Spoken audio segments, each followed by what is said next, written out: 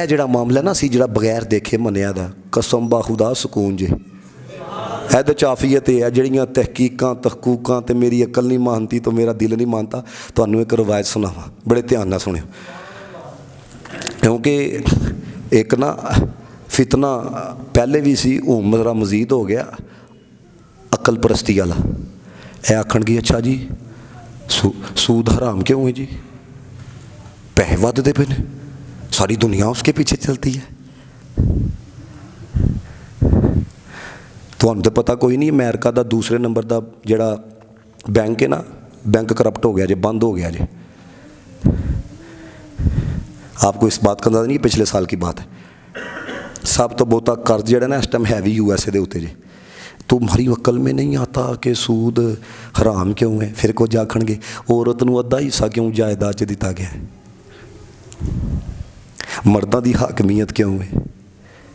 मर्द फिर जनानियां आखणगियां मर्दां नूं 4 दी इजाजत है तो सानूं 4 दी क्यों नहीं। अल्लाह ही बचाया इहो जिहे जुमलियां कोलों।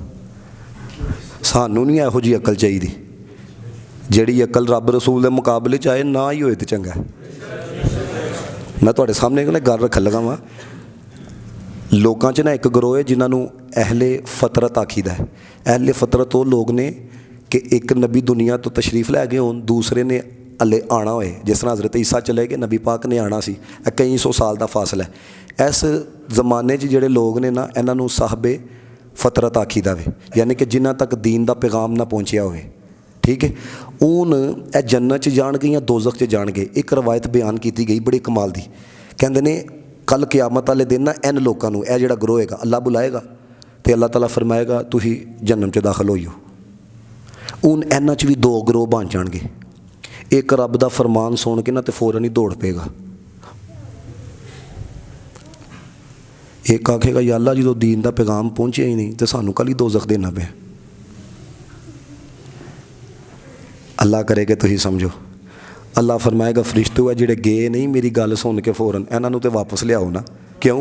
क्योंकि दुनिया च अगर इन्हां तक दीन पहुँचदा ना, इन्हां ने इंज ही मनना सी जिस तरह अज मेरी गल मन्नी है। ते ऐ जिहड़े अकल दे घोड़े दौड़ांदे पे ने ना, या अल्लाह जो पहुँचिया ही नहीं तो या अल्लाह फिर साडे वास्ते क्यों। फरमाया दुनिया च भी पहुँचदा तो इन्हां ने इंज ही अकल दे घोड़े दौड़ाने सन। इस वजह ना दीन याद रखियो, दीन का कोई हुक्म आ जाए, अकल सारा जहान भी ना मन्ने, परवाह कोई नहीं है।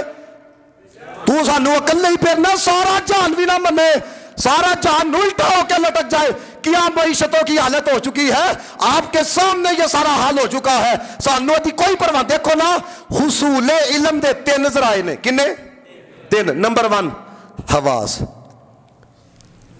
तुसां द्वार तक ही मन गए, द्वार है, तुसां आसमान तक आसमान है, जमीन तक ली है, अख कान सुने, आवाज़ सुन ली तुसी क्या इत्थे कोई है। तो यह एक जरिया। दूजा जरिया अकल, ध्यान है अजे अकल, जिहदे जरिए तुसी साइंस सीखते हो, फिजिक्स सीखते हो, बायो रियाजी। उन तीसरा की है, तीसरा जरिया है वही। जिहड़े साडे मामलात मुश्किलात जिहड़े मसाइल ने ना, वो साडी अकल नहीं हल कर सकती। उन्हां दे हल वास्ते अल्लाह ताला ने अपने नबियां दा इंतखाब किया, उन्हां दी तरफ वही फरमाई। हुण गौर करियो जिहड़ी मैं गल समझा लगा, अल्लाह करे कि समझ आओ। जिथे अकल मुकदी है ना, उत्थों वही दा आगाज़ होंदा है। जिथों अकल मुकदी है ना, उत्थों वही दा आगाज़ होंदा है। ते जिहड़ी गल अकल तो उत्ते दी है, उन्होंने अकल च तोलना गल ही है। को समझ आ रही है कि नहीं? वो यार बनाने वाला कहना पिया हुक्म जे, वो जिन्हां दी तरफ जिन्हां नूं महबूब बनाया वो कहंदे पे ने हुक्म है। एक तरीकदार ने ना बड़ी सोहनी गल कीती, कहंदा जिहड़ा सुनार दा तराजू हुंदा है ना, वो सनियारियां दा तराजू जिहड़ा हुंदा है, कहंदे ने वो सिर्फ ग्राम नहीं दसदा, इंज ही है, वो रत्ती भी दसदा है, माशे भी दसदा है। गौर करियो जरा, अल्लाह करे तुसीं गल समझो। सिर्फ ग्राम नहीं दसदा, रत्ती भी ते माशे भी। कहंदे ने जे तू उस तराजू दे उत्ते रखें पहाड़, ते चुकण वाला भी गया ते तराजू भी गया। कहंदे ने दीनी पहाड़ अकल ही सुनार दा तराजू। समझ आ रही गल? जे तू रखिया ना दे उत्ते ते तू भी गया ते अकल भी बर्बाद है। सो इस वजह दे नाल अख देखी गल गलत हो सकती है, रब भी सच्चा है, रब दे महबूब भी सच्चे ने है। अल्लाह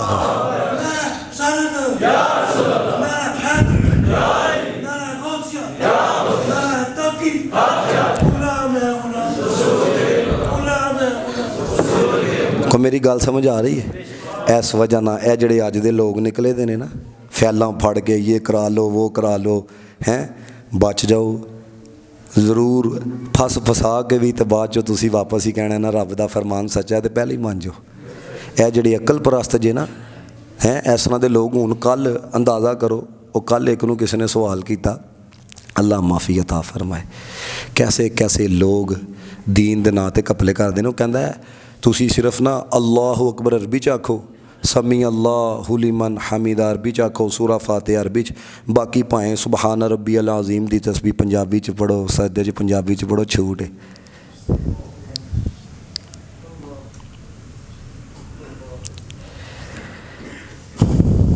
इस तरह के लोग जिहड़े बस अकली तौर के उत्ते ना ते समझ जाओ तो बचत है, जे ना समझोगे मरण तो बाद फिर सारे समझ आते हैं। अल्लाह ताला सानू कई कह छड़नगे ओ जनाब दुनिया देखो, दुनिया दुनिया दुनिया, तो मैं क्या हालात वेखो हूँ दुनिया का हाल है हो चुका है। मर्द कहते पे ने असी कुड़ियाँ, सानू महसूस होंदा असी कुड़ियाँ, तो मैं क्या तेनू 20 साल नहीं महसूस होया कि तू कुड़ी है, हूँ तेनू महसूस होने लग पे तू कुड़ी है। जापान के अंदर, जापान तरक्की याफ्ता मुल्क है, उत्थे एक कहता पाया, कहता मैनू महसूस होंदा मैं शेर हाँ। उन्हें जनाब 10 मिलियन डॉलर ला के ना, 10 लाख डॉलर ला के तो वो 1 मिलियन डॉलर उन्हें जनाबे वाला अपना सारा अज़ा, उन्हें कहा जी मैनू महसूस होंदा मैं शेर हाँ। एन जी यूके का हाल जे, उत्थे कोई लोग कहते हैं सानू महसूस होंदा असीं कुत्ते हाँ, साड़ी पूछलां भी कड्डो, सानू पट्टे भी पाओ। पढ़े लिखे लोगों का हाल जे। मैं कहा सानू यकीन है, महसूस नहीं, सानू यकीन है असी मुहम्मद अरबी दे गुलाम हाँ। समझ आई गल दी? और तुसीं वेखियो इन्होंने की कुछ करना वे है, लेकिन रहेगा यूं ही उनका चर्चा रहे।